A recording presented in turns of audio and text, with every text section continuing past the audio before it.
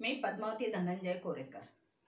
आज मी स्वातंत्र्यापूर्वीची काही वर्ष आणि स्वातंत्र्यानंतरची काही वर्ष, विशेषतः इसवी सन 1960 50 ते 60-70 दशकातला काळ, कारण तो मी अनुभवलेला आहे म्हणून त्याबद्दल मी बोलणार आहे। त्यावेळेला स्त्री शिक्षणाच्या बाबत समाजामध्ये अनास्था होती आणि अनास्था असल्यामुळे स्त्री ही घरामध्येच बंदिस्त असायची, उंबऱ्याच्या आतमध्ये असायचे, किंबहुना चूल आणि मूल एवढंच तिचं कार्यक्षेत्र होतं। आणि त्यामुळे समाजामध्ये स्त्री शिक्षणाच्या बद्दल असणारी ही अनास्था दूर करण्यासाठी समाज धुरींधरांनी किंवा क्रांतिकारकांनी, समाजसेवकांनी, शिक्षण क्षेत्रातल्या या कर्मवीरांनी ही महत्त्वाची भूमिका लक्षात घेतली की जर आपला समाज सुधारायचा असेल तर पुरुषाबरोबर स्त्रियांनाही शिक्षण दिलं पाहिजे। आणि म्हणून महात्मा फुल्यांचं कवितेमधल्या 4 ओळी मला आठवतात। विद्येविना मती गेली, मतीविना नीती गेली, नीतीविना गती गेली, गतीविना वित्त गेले, वित्ताविना शूद्र खचले, अवघे अनर्थ एका अविद्येने केले। अविद्या म्हणजे अज्ञान, अडाणीपण। म्हणजे समाजातले प्रगती म्हणा, नीती म्हणा किंवा आणखीन जो काही आपला सुसंस्काराचा सगळा भाग आहे तो केवळ आणि केवळ शिक्षणाने येतो असं महात्मा फुल्यांच्या लक्षात आलेलं होतं। आणि म्हणून त्यांनी आपली ती भावना त्या कवितेच्या माध्यमातून मांडलेली आहे। नव्हे, त्यांनी तसं ते करूनही दाखवलेलं आहे। तर हा जो विचार मला मांडायचा तो स्वातंत्र्यापूर्वीची काही वर्ष आणि स्वातंत्र्यानंतरची 50, 60, 70च्या दशकातली जी गोष्ट आहे, स्त्रियांची अवस्था ही कोंडमारा झाल्यासारखी होती। यावणी राजवटी होत्या। ज्या वेळेला आपल्या या हिंदुस्थानावर यावणी आक्रमणं व्हायची त्यावेळेला समाजामध्ये स्त्रियांना अपहृत केलं जायचं, अपहरण व्हायचं स्त्रियांचं। आणि मग पुरुष वर्गांना लढाया, मारामाऱ्या, युद्ध ह्या भानगडी त्याच्यामधून होत असायच्या। साधारणपणे पुरुष लढाईवर जात असायचे, स्त्रिया घरीच असायच्या, वातावरण सुरक्षित नसायचं, समाजही तसा भेदरलेला, घाबरलेलाच असायचा। आणि त्यामुळे न कळत स्त्रियांना घराच्या बाहेर पडू नये, वाड्याच्या बाहेर जाऊ नये असे अनेक संकेत तिच्या माथी लागले गेले। आणि मग स्त्री आपोआप कोशातल्या आळीसारखी घरामध्येच बसून चूल आणि मूल एवढंच तिनं पाहायचं आणि करायचं, असं तिची कारकीर्द सुरू झाली। परंतु आपल्याला माहिती असेल की स्त्रियांना समाजामध्ये जो मान मिळायला हवा तो जर मिळाला नाही तर समाज हा कललेला दिसतो, एकांगी झालेला दिसतो, हेही आज आपल्या लक्षात येते। शिवछत्रपतींच्या काळात जिजाऊंनी स्वराज्य स्थापनेच्या पूर्वीच छत्रपती शिवाजी राजांजवळ आपली एक मनीषा बोलून दाखवली की राजे, आमची स्त्री घाटावर जरी गेली धुणं भांडी करायला किंवा पाणी आणायला तर ती सुरक्षित घरी आले पाहिजे। या वाक्याचा अर्थच हा होता की स्त्रिया सुरक्षित नव्हत्या। मग त्यांना जरब आणि धाक जर बसला शत्रूला तर स्त्रिया सुरक्षित राहतील। आणि म्हणून शिवछत्रपतींचा इतिहास आपण पाहिला असेल तर त्यांनी जे स्वराज्य स्थापन केलं ते केवळ या नीतीच्या तत्वावर स्थापन केलेलं आहे। तर त्या काळापासूनच मुलींना घराच्या बाहेर पडायचं नाही, मुलगी ही एक आपली जबाबदारी असं कुटुंबाला वाटायला लागलं, मुलगी ओझं वाटायला लागली। आणि म्हणून बालविवाह पद्धती पण रूढ झाल्या त्यातूनच। मुलींचे लग्न लहानपणीच उरकण्यात येऊ लागले। कारण हेच होतं की जर घोड नवरी झाली तर समाज नाव ठेवायचा, नवरी मोठी आहे, मुलगी मोठी आहे, आणि म्हणून लहानपणीच त्यांची लग्न केली जायची। शिवछत्रपतींच्या काळानंतर इंग्रज राजवट सुरू झाली काही काळाने।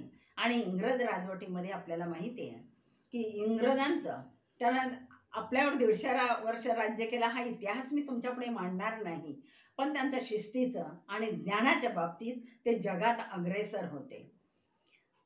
इतिहास असं सांगतो की ते शिस्तीचे भोगते असल्यामुळेच त्याने आपल्याला इथे 150 वर्ष बस्तान ठोकलं होतं. आणि ते असे म्हणायचे की आमच्या राज्यावरचा सूर्य कधी मावळत नाही. एवढं धाडस, हिंमत त्यांची का व्हायची? तर ते ज्ञानानं परिपूर्ण होते. तिकडे स्त्री शिक्षणालाही मज्जाव नव्हता. स्त्रियांनाही शिक्षणाची दारं खुली होती इतर खंडांमध्ये. परंतु भारत हा आपला एक देश असा होता की आर्य संस्कृती, प्राचीन संस्कृती, जुनी संस्कृती आणि अशा या संस्कृतीमध्ये स्त्रियांना मानाचं स्थान होतं, पण उंबऱ्याच्या आत होतं. आणि अशा वेळेला मग इंग्रज राजवटीमध्ये शाळा सुरू झाल्या. आपली माणसं त्याच्या शाळांमध्ये झाली. त्यांच्या शाळांमधून जे तयार झाले शिकून लोक, ते कारकून, लेखनिक, शिपाई इथपर्यंतच हुद्द्यावरती लोक तयार होऊ लागले. आणि मग लक्षात आलं आपल्या समाज धुरींधरांच्या, समाजसेवकांच्या, काही कार्यकर्त्यांच्या, मग शाहू, फुले, आंबेडकर, महर्षी कर्वे, महर्षी कर्मवीर भाऊराव पाटील, महर्षी बाबूराव घोलप, या सर्व लोकांच्या लक्षात आलं की ते शिक्षण फक्त कारकुनी आपल्याला शिक्षण देत आहेत, तर आपण याच्या पुढची मजल मारून आपणच शाळा का काढू नये आपल्या देशामध्ये. आणि म्हणून या लोकांनी पुढचं पाऊल उचललं आणि शाळा काढायला सुरुवात केली. न्यू इंग्लिश स्कूलसारख्या शाळेची सुरुवात पुण्यामध्ये झाली. त्यानंतर महर्षी कर्वे यांनी सुद्धा पुण्यामध्ये हिंगणे येथे शाळा सुरू केली. महात्मा ज्योतिराव फुले यांनी तर पहिली मुलींची शाळा ही भिडेवाड्यामध्ये पुणे इथेच सुरू केली. म्हणजे पुणे तिथे काय होणे असं जे म्हणलं जातं, ज्याची काही सुरुवात असेल ती पुणे या शहरातून. पुणे हे महाराष्ट्राच्या संस्कृतीचं ठिकाण आहे असं आपण म्हणतो. पुणे तिथे काय होणे, इथं सर्व काही मिळतंय. परंतु याच्या पलीकडे आपण जरा दूरवर जर खेड्यापाड्यामध्ये पोचायचा विचार केला, दृष्टी टाकली, तर आपल्या लक्षात येतं बहुजन समाज हा खेड्यापाड्यामध्ये विखुरलेला होता. शेतकरी समाज हा विखुरलेला, तो फक्त कष्टकरीच होता. त्यांच्या स्त्रिया शेतामध्येच फक्त कामं करायच्या. शिकणं हे त्यांच्या नशिबीच नव्हतं. आणि त्यामुळे त्या शिक्षणापासून वंचित राहिल्या. आणि शिक्षणापासून वंचित राहिल्यामुळे पुढची ज्ञानाची कवाड त्यांच्यासाठी बंदिस्तच राहिलेली होती. त्यांना काही कळत नव्हतं जगात काय चाललंय, देशात काय चाललंय. कुठे वर्तमानपत्र वाचता येत नव्हतं. आलेलं पत्रसुद्धा पोस्टमन कडूनच वाचून घ्यायचं, अशी अवस्था असायची. आणि मग एकूण या सर्व समाज व्यवस्थेचा विचार केल्यानंतर महर्षी कर्वे, महर्षी बाबूराव घोलप, महर्षी कर्मवीर भाऊराव पाटील, त्यानंतर डॉक्टर बाबासाहेब आंबेडकर, या सर्व ज्ञात्यांनी ठरवलं की स्त्री शिक्षणाला आपण सुरुवात केली पाहिजे. आणि खऱ्या अर्थानं जर सांगायचं म्हटलं तर पुण्यामध्ये मुलींची पहिली शाळा काढून महात्मा ज्योतिराव फुल्यांनी आपल्याच पत्नीला सावित्रीबाई फुल्यांना घरी शिक्षण देऊन पहिली स्त्री शिक्षिका बनवली. कारण भिडेवाड्यामध्ये जर पुरुष शिकवायला असेल तर मुली शिकायला जाणारच नाही. कारण पुरुष आणि स्त्रियांचा कधी असा समोरासमोर बोलणं किंवा व्यवहार बोलणं हे होतच नसायचं. आणि करू नये असा एक संकेत समाजामध्ये असायचा. पूर्वी स्त्रिया घराच्या बाहेर तर जाणं तर सोडाच, परंतु घरामध्ये आणि घराच्या बाहेर परपुरुषाशी बोलण्याला सुद्धा मज्जाव असायचा. आणि मग या पुण्यामधल्या शाळेमध्ये शिकवायला कोण, तर सावित्रीबाई फुले यांना त्यांनी घरी शिकवलं आणि त्या पहिल्या स्त्री शिक्षिका झाल्या. पहा, पुणे विद्यापीठाला जे नाव दिलेलं ते किती सार्थक आहे. आज प्रत्येकाचं हृदय भरून येईल अशा प्रकारची ती घटना आहे की ज्या पुण्यामध्ये पहिली स्त्री शिक्षणाची मुहूर्तमेढ रोवली, त्या पुण्याच्या विद्यापीठाला सावित्रीबाई फुले पुणे विद्यापीठ असं नाव देण्यात आलेलं आहे. खूप मोलाची गोष्ट आहे. इतिहासामध्ये नमूद केलेल्या स्वर्ण अक्षरांची ती ख्याती आहे. तर अशा ह्या सावित्रीबाईंमुळे आज सर्व स्त्रियांना शिक्षणाची दारं खुली झाली. किंवा अन्यथा या सर्व नेत्यांची जी नावं सांगितलीत, धुरींधरांची नावं सांगितलेली आहेत, त्यांनी स्त्री शिक्षणासाठी खूप प्रयत्न केलेले आहेत. 1960 सालच्या दशकामध्ये मी सुद्धा एका ग्रामीण भागातल्या मुक्काम पोस्ट पळवे, तालुका पारनेर, जिल्हा अहमदनगर, हे ग्रामीण भागातलं आजही तिथे एसटी जात नाहीत. आज सुविधा उपलब्ध झालेल्या आहेत. स्वतःची वाहनं झालेली आहेत, स्वतःच्या 4 चाकी झालेल्या आहेत, 2 चाकी आहेत, म्हणून लोक बाहेर जातात, मुली शिकायला बाहेर पडलेल्या आहेत. पण 60 वर्षापूर्वीचा काळ जर पाहिला तर फाट्यावर येऊन, नगर पुणा रोडवर येऊन फाट्यावर बसून नगर किंवा पुणे या शिक्षणाच्या ठिकाणी मुलींना जावं लागायचं. मी मुलींना म्हटले, पण जीभ माझी चाचरते का 60 आणि 70च्या दशकामध्ये मुली शिकतच नव्हत्या. कुठेतरी माझ्यासारखी एखादी मुलगी एका वर्गात असायची. माझ्याच बाबतीतलं जर म्हटलं तर माझ्या वर्गामध्ये अगदी मला आठवते 1ली पासून 7वी पर्यंत 12 मुलं आणि मी एकटीच. अगदी धरून आणावं एखाद्या गुन्हेगारासारखं तसं मला वर्गात बसावं लागायचं. परंतु आई माझी कडक होती, वडील शिकलेले होते आणि त्यांनी थोरल्या बहिणीचं सासर सुशिक्षित आहे हे पाहूनच, आणि दुसरा एक विचार त्यांच्या मनात यायचा की गावातला तलाठी, गावातला शिक्षक हा जर पोट भरू शकतो तर आपली मुलं आणि मुली शिकवल्या तर त्यानेही पोट भरू शकणार. कारण हा शेतकरी समाज होता, कष्टकरी समाज होता. कितीही कष्ट केले, कितीही शेती केली तरी पोट भरायची मारामार. आणि विशेष म्हणजे पारनेर तालुका म्हणजे दुष्काळाचं वरदानच. आणि अशा ह्या तालुक्यामध्ये उपजीविकेचं साधन कोणतं? मग ज्ञानाशिवाय मान नाही हे माझे वडील सतत सांगायचे. आणि त्यामुळे आम्हाला ही शिक्षणाची जाण त्यांनी करून दिलेली होती.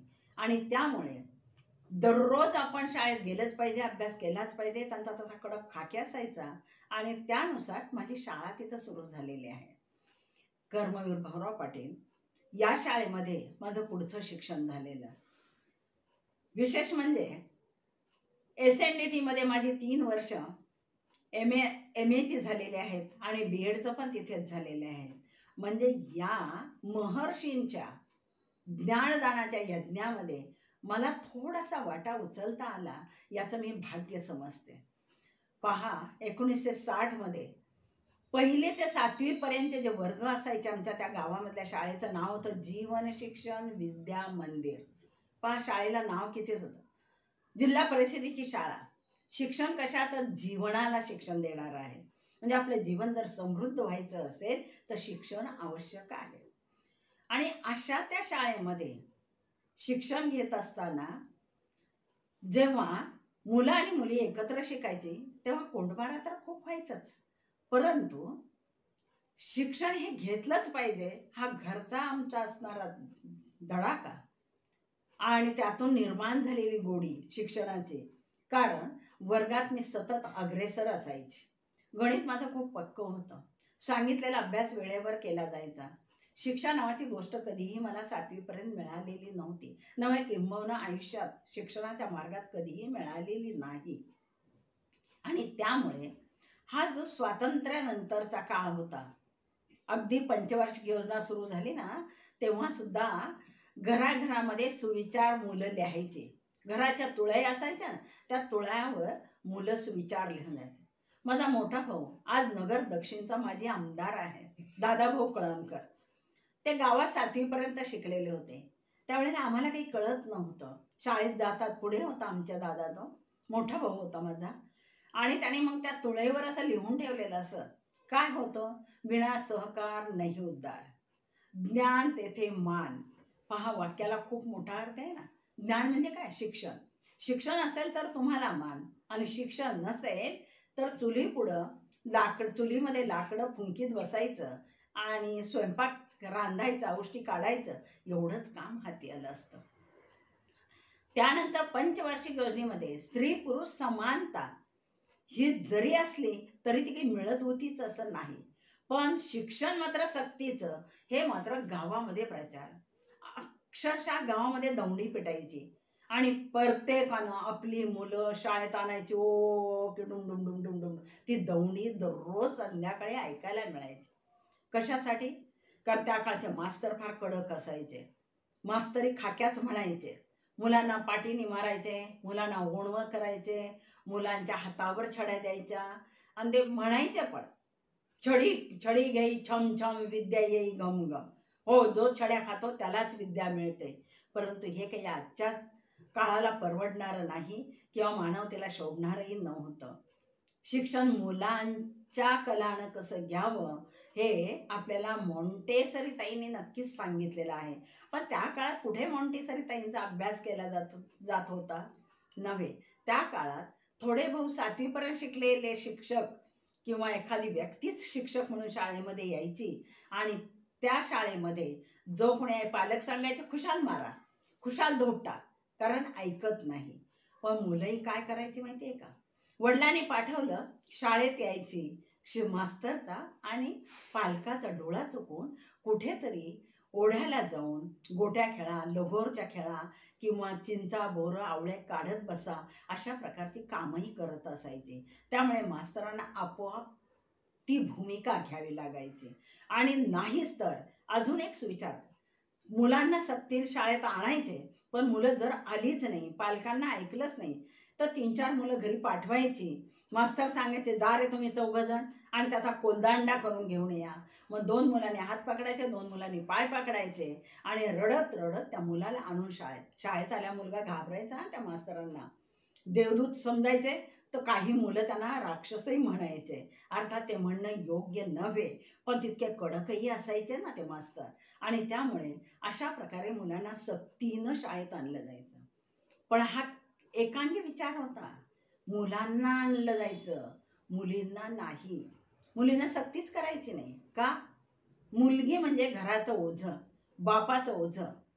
ती एकदा थोडीशी मोठी झाली 8-10 वर्षाची, तिचं कधी एकदा उरकून टाकतो आणि आपल्या माथ्यावरचं ओझं कमी करतो, अशी भूमिका पालकाची असायची. आणि मग शिक्षणाचा प्रश्न आलाच कुठे? तिने शिकायचं कसं आणि कुठे? तोही प्रश्न अनुत्तरित राहतो. आणि अशा प्रकारे पुढे मग त्या बालविधवा व्हायच्या. काही साथीच्या रोगांमध्ये त्यांचे नवरे जायचे आणि त्या विधवांची खूप हेळसांड समाजामध्ये व्हायची. म्हणजे स्त्रियांचा एक कोपरा आपण जर पाहिला, जेव्हा शिक्षणाविना असा अधुरा राहायचा, त्यावेळेला त्या स्त्रिया पतिता, विधवा, परित्यक्ता किंवा समाजाने दुर्लक्षलेल्या असं म्हणूनच एक अडगळ समजली जाऊ लागली आणि असह्य असं जीवन त्यांना जगावं लागायचं. पाठीमागचे इतिहास ज्यांनी वाचलेल्या स्त्री संदर्भातला स्त्री समाज व्यवस्था जर पाहिली असेल तर खूप दयनीय अशी होती. आणि म्हणून आपल्याला एवढंही सांगून पटेल की स्त्रियांना जो आज मान मिळालेला आहे तो केवळ शिक्षणामुळे मिळालेला आहे. इंग्रज राजवटीमध्ये शाळा काढल्यानंतर पुरुषांना सवलत मिळाली, स्वातंत्र्यानंतरही मुलंच शिकू लागली. परंतु या कर्मवीर अण्णांच्यामुळे, कर्मवीर भाऊराव पाटलांच्यामुळे, महर्षी धोंडो केशव कर्व्यांमुळे किंवा डॉक्टर बाबासाहेब आंबेडकर यांनी सर्वांनी हा एक बोध घेतला. आंबेडकर तर म्हणायचे, वाचाल तर वाचाल. केवळ शूद्रांना हा मंत्र नव्हता दिला, स्त्रियांनाही दिला होता. जी शूद्रांची अवस्था होती ती स्त्रियांची अवस्था त्या काळात समाजाची होती. आणि म्हणून म्हणते, स्त्रिया आणि शूद्र यांना समाजामध्ये मानाचं स्थान मिळवून द्यायचं. आपला समाज जर सुसंस्कृत करायचा असेल, ज्ञानी करायचं असेल, तर स्त्री पण शिकली पाहिजे. हे ह्या लोकांच्या लक्षात आल्यानंतर त्यांना खूप त्रास सहन करावा लागला. सावित्रीबाई फुल्यांचं माहिती असेल की त्या बिचारीला तर दगड मारत असायचे. जेव्हा त्या बुधवार पेठेमध्ये त्या मुलींना शिकवायला जायच्या भिडेवाड्यामध्ये, तेव्हा त्यांच्या अंगावर शेणाचे गोळे टाकायचे. पान खाऊन थुंकणाऱ्याची कथा एक आपल्याला तर माहितीच आहे. पण अशा प्रकारच्या अनेक घटनांना त्यांना सामोरं जावं लागलं. आणि त्याही नंतर स्त्रिया जेव्हा शिकत होत्या किंवा काही नोकरी करत होत्या, तेव्हाही समाजाने काही त्रास दिल्याची उदाहरणं आपणालाही माहितीच आहेत, दिलाच जायचा. परंतु आज मात्र स्त्री खूप सुशिक्षित झालेली आहे. आज आमची स्त्री तायक्वांदोला जात आहे, कराटेचे शिक्षण घेत आहे, नवे कुस्तीपटू होत आहे किंवा वेगवेगळ्या खेळामध्ये प्रवीण होत आहे. कितकंच काय, आज आपल्याला माहिती आहे, आपल्या भारताच्या माजी पंतप्रधान किंवा माजी राष्ट्रपती किंवा गरुड भरारी घेतात ते, याचं कारण काय? तर एकमेव कारण तेच आहे शिक्षण, ज्ञान.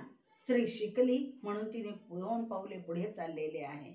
आणि आज तर आपल्याला माहिती आहे, जागतिक स्पर्धांमध्ये कितीतरी मुलींनी याचं श्रेय पटकावलेलं आहे. त्यांना संधी मिळाली आणि संधीचं सोनं त्यांनी केलं. तर अशा प्रकारे हा जो कालावधी होता, 60-70चं दशक मी बोलते, त्या दशकामध्ये अतिशय दयनीय अवस्था स्त्रियांची होती. आणि त्याच काळामध्ये माझ्या गावामधून, माझ्या माहेरातून, म्हणजे माझ्या माहितीनुसार नव्हे, खरंच आहे की मीच एक पहिली पदवीधर तिथून झालेली आहे. मुली शिकत होत्या. माझ्या अगोदर आमच्या गावातल्या 1-2 मुली, शकुंतला जाधव, कमल पळसकर किंवा लीलावती कळमकर, या 2-3 मुली शिकलेल्याच होत्या. प्रमिला कुलकर्णी, या सगळ्या. पण प्रत्येक वर्गात एकच मुलगी असायची. ती 5वीत गेली की 6वीच्या वर्गात सुद्धा एकच, 7वीच्या वर्गात एकच, अशी कुठेतरी एखाद दुसरी मुलगा. मग मैत्रिणी वर्गातल्या कुठे नव्हे, दुसऱ्या वर्गातून या वर्गातली मैत्रीण याच मधल्या सुट्टीमध्ये गोळा व्हायच्या. पण समाजाचं बंधन इतकं कडक होतं की कुणी ब्रश सुद्धा काढणार नाही. माझी आई तर, आम्ही म्हणतो, जिजामातेचाच अवतार आहे.